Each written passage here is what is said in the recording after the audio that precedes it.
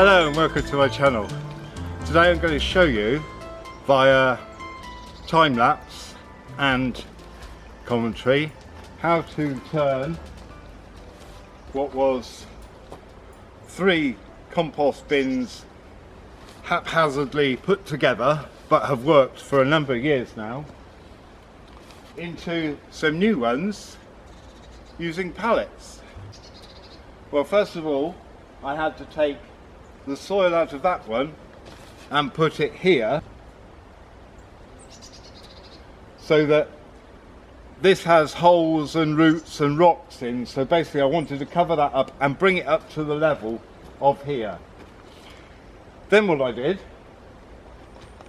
is I built the far end because that's a solid constant of a fixed point to work to.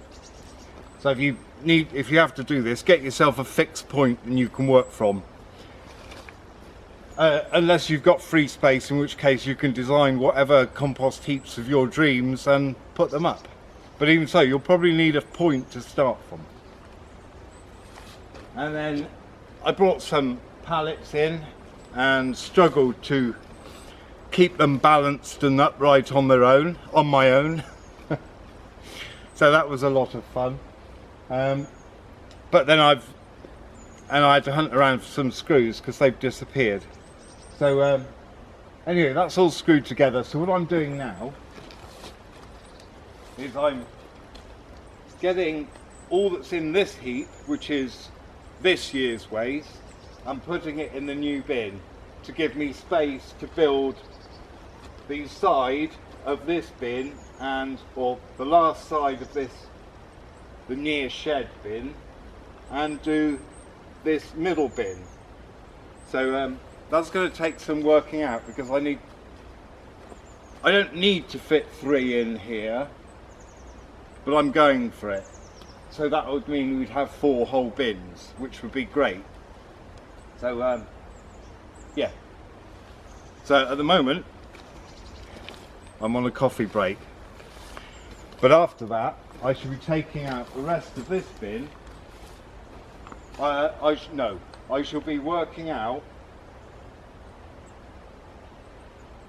while I'm having coffee, I shall be working out what I do next.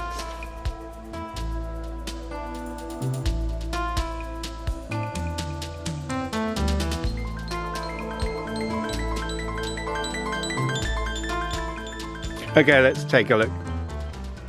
There's the new, you can see how well it's rotted down. That hasn't been a year. This is what we've been, all the waste from this year. So I've dug that out of here, and now this is all solid. So what I need to do next is to dig out some of this ready to use compost in order to get some pallets along the back there. So that's my next job. What I've used to fix them together is either short lengths of the pallet wood that I've screwed to each from pallet to pallet, or I've put screws through at places I could find between pallets from pallet to pallet, if you see what I mean. And I've secured the ends with a length of angle iron. Okay, we're mostly through. When you haven't got exactly the right amount of pallets, it makes things a bit complicated, and also especially when the pallets aren't all the same size or design, it can thwart your ideas. Anyway, here we go. So I've filled this back up. I'm going to go and cover it now. That's breaking down nicely. This one's empty, ready for next year's stuff. And this is all ready to go. So I shall now cover it up, both heaps, and put the tools away and come back and finish off this one here and this one here. They're not quite finished, but I need to figure out with the wood I've got left exactly what I need to do.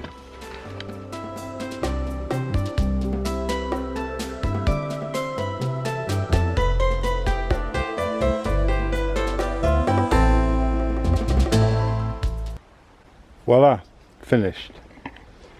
Let's take a look. That's going to be next year's leaf.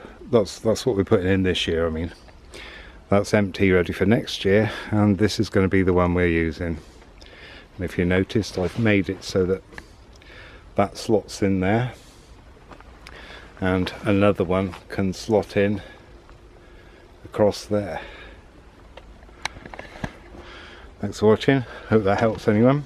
One little tip: when you're sawing, and this has been really wet because it's obviously been outside since it started raining nearly 3 months ago, and it's now frosty, so the way to get a saw to cut through wet wood is to put some water displacement spray on it.